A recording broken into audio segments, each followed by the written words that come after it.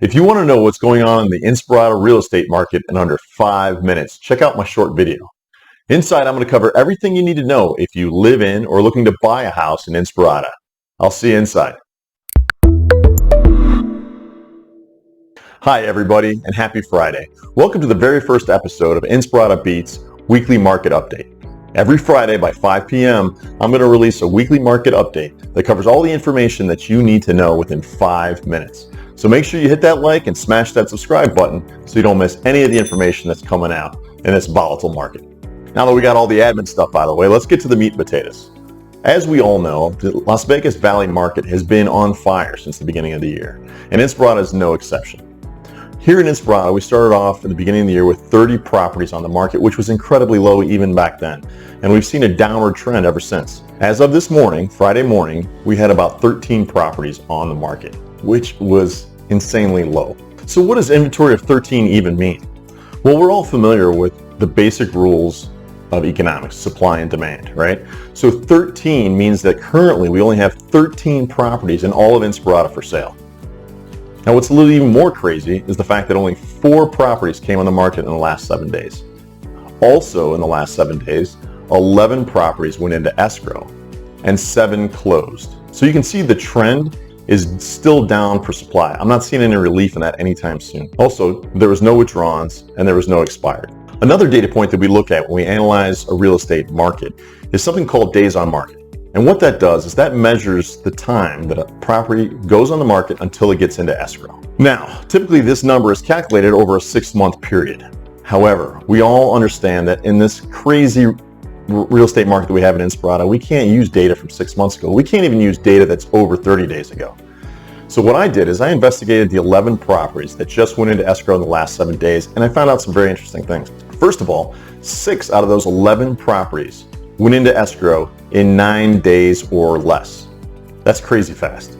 The other thing that I found very interesting, which is almost on the other end of the spectrum, is that there was 2 of those properties that were on the market for over 200 days.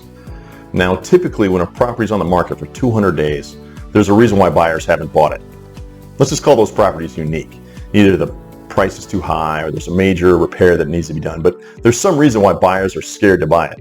Well, without the lack of anything else to buy, buyers actually bought those 2 properties. So that's another indication of how strong this market is. The last thing I want to talk about is interest rates. Freddie Mac just released their 30-year fixed average for the nation on interest rates, and right now we sit at about 3.05. Now last year at this time we were at 3.36%, so we're still pretty low. But the actual data point isn't the important thing to look at, it's more the trend. A couple of weeks ago we were at 2.73 and we'd been there for a while. So we're starting to see a little bit of a trend on interest rates going up. Now it's too soon to tell whether this is going to be a long-lasting trend or if this is just an up and down natural movement of the market.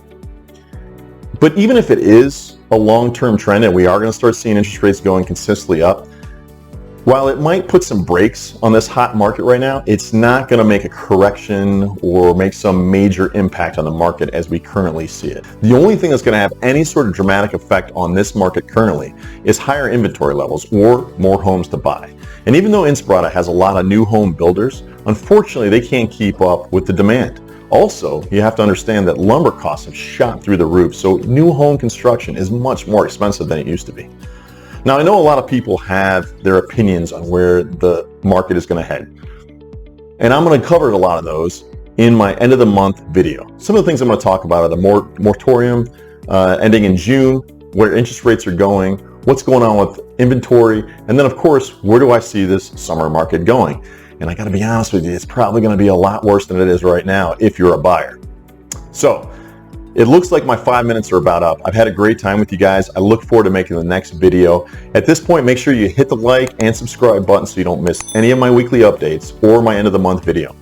But until then, do me a favor, leave your opinion down below. I want to know what you have to say. If you have any questions, put them down there. I'll answer them, but I'll also use those questions as talking points for my next video. All right, that's my time for today.